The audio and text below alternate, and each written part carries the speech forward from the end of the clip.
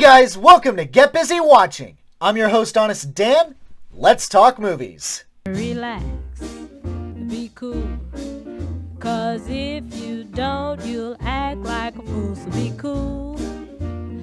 So, full disclaimer here, musicals and I do not always get along, so my opinion of this movie may have to be taken with a grain of salt if you are a fan of musicals. Now, it's not to say I haven't seen some in my life that haven't been enjoyable. Sound of Music is a downright classic for me, and despite how inaccurate the portrayal of P.T. Barnum was, Greatest Showman is amazingly self-absorbed. And of course, there's the old school Disney films. I have complicated feelings regarding those too, but those I did enjoy for the most part. But I'm not about shooting down a movie before I've seen it, so let's get into this. This is my honest opinion of In the Heights.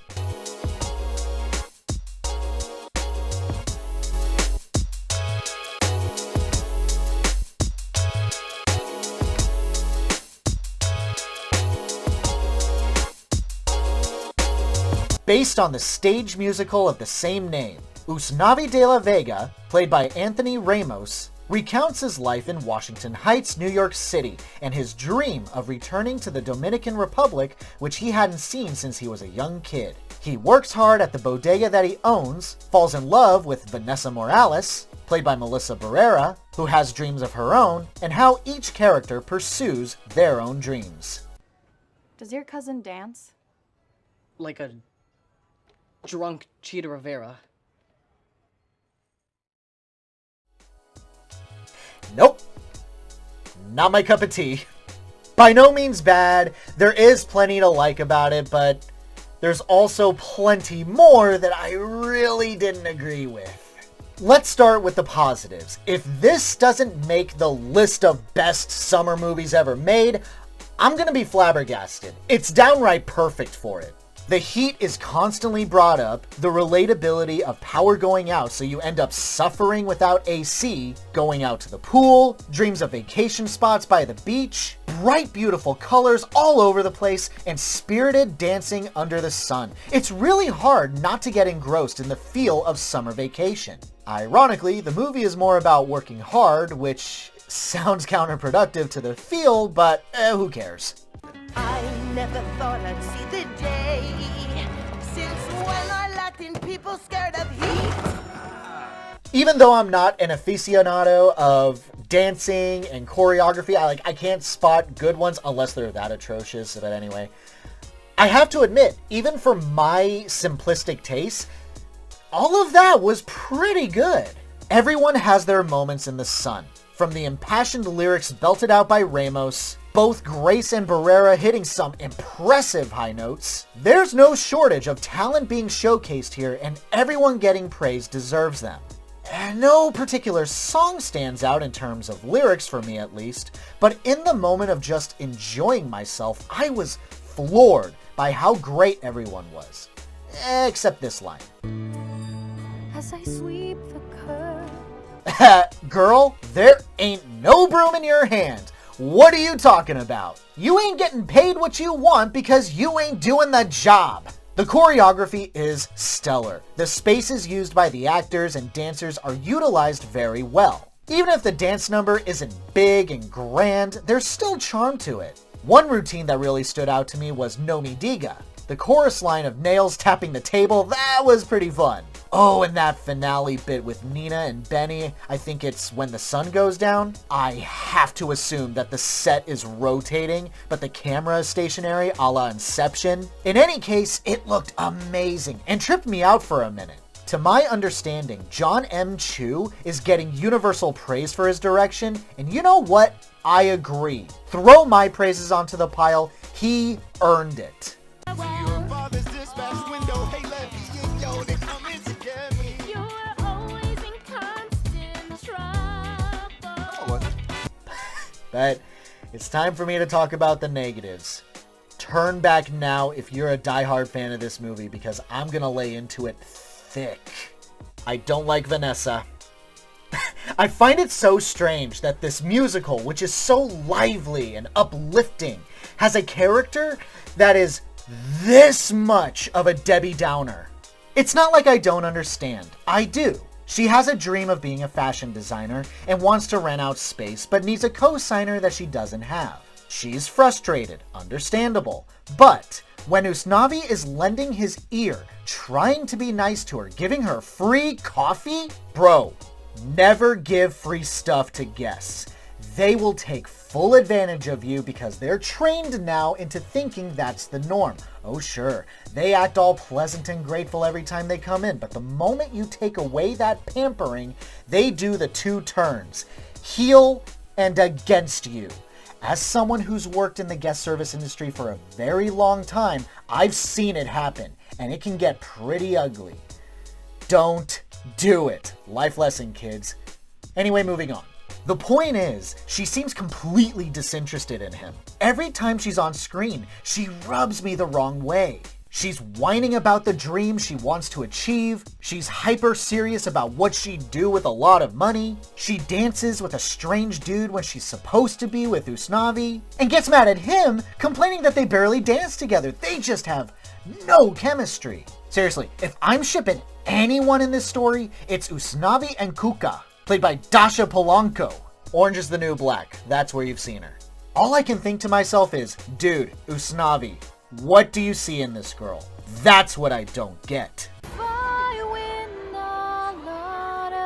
lottery, you'll never see me again. Damn, we only joking. Stay broke then. One of my big problems was that I barely cared about any of the side characters. They range from feeling like they're in their own movie or just simply feel like they're undeveloped. Take, for example, Nina, played by Leslie Grace. Her whole thing is that she's back from college, but she's saying that the deadline to extend her tuition has passed, so she can't go back. She tells someone else that she dropped out, so there's a mystery as to what's really going on with her.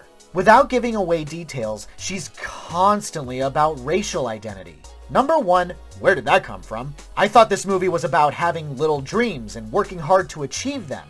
What, because the cast is predominantly Hispanic, we automatically have to talk about how ignorant white people can be? No one else talks about this topic. It's literally just her. And all the servers, all Latino, shot me this look like, ooh, what's this trigueña gonna do? By the way, can't help but notice that all the white people in this story are portrayed in a negative light. The lady who had to turn away Vanessa due to her credit check unprofessionally didn't give her a courtesy call to tell her that she's a no-go. Therefore, wasting Nina's time and quite possibly her money just to turn her away in just a few seconds.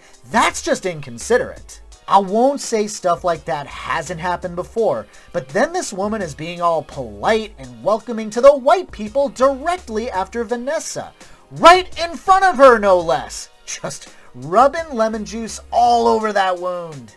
And even though none of the people that treated Nina like crap are specifically identified as white, let's face it, there's a heavy implication that they're white. Do no decent white people exist in Washington Heights? Or beyond for that matter? Jeez! You're the best we got, Nina. If you can't stay in the ring, what is that gonna say about us? Speaking of Nina, again, if she's not talking about her issues at school, she's having romance talk with Benny, her kinda sorta boyfriend, played by Corey Hawkins. Again, I don't really care. He wants to be in a relationship, but doesn't want to get married. I guess that means she did? So they broke up, but there's still something there? Why are we focused on this? That's the other issue I had with this movie. It's got way too many characters. I'm sure this is true to the musical, but here's the thing. I'm assuming the musical is far longer than its motion picture adaptation. How long are musicals? 3, 4 hours, roughly? In that time, I imagine you could squeeze in a lot of characters and have a little more breathing room to develop them. But in a movie, whether it's the industry standard of 90 minutes or this movie's length of 2.5 hours, no, I probably won't legit sit down and watch this ever again due to the length alone. That's not enough time to really get to know the characters and feel for them. Usnavi is the character I gravitated toward the most. His relationships with his cousin Sonny and Abuela Claudia, played respectively by Gregory Diaz IV and Olga Merides, those were the ones I wanted to see more of. But when we veer off to focus on Daniela, played by Daphne Rubin Vega, moving her shop, or anyone else for that matter, I'm taken out of the story.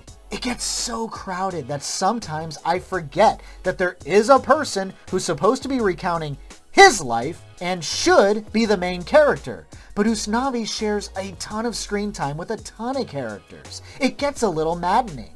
I hope you're writing this down. I'm gonna test you later. Quick spoilers ahead, because I have to talk about it. If you don't want spoilers, jump to this time code.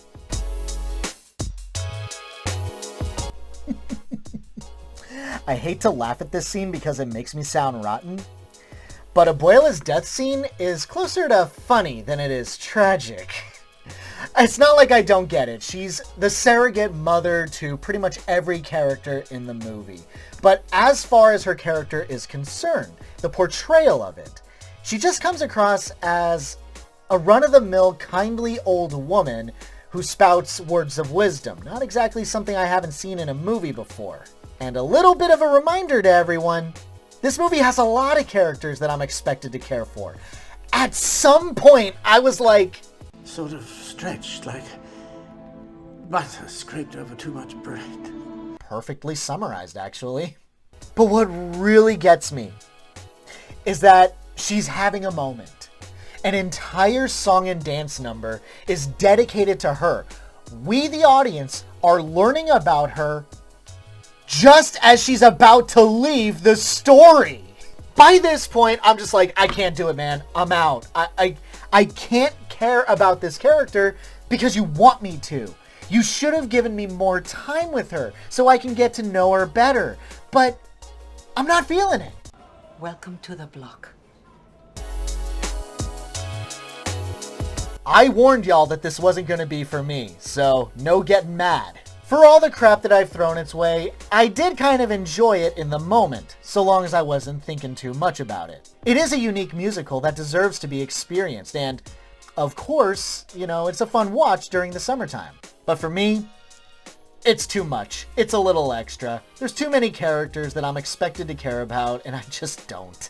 Didn't like most of the characters anyway, and whatever message it was trying to relay to the audience, it got so jumbled with all the other messages that it was vomiting out that it resulted in me not hearing much of anything. Oh, and I felt that runtime, 2.5 hours. Jeez. I saw this once, I'm done, I'm good, never need to see it again. But as for everyone else, again, even though it's not my cup of tea, I'm still going to kind of recommend checking it out and deciding for yourself. My honest rating for In the Heights, a 3 out of 5. Thanks so much for watching, you guys. I really appreciate it. Have a great day. Stay safe and healthy out there. Hope to see you soon.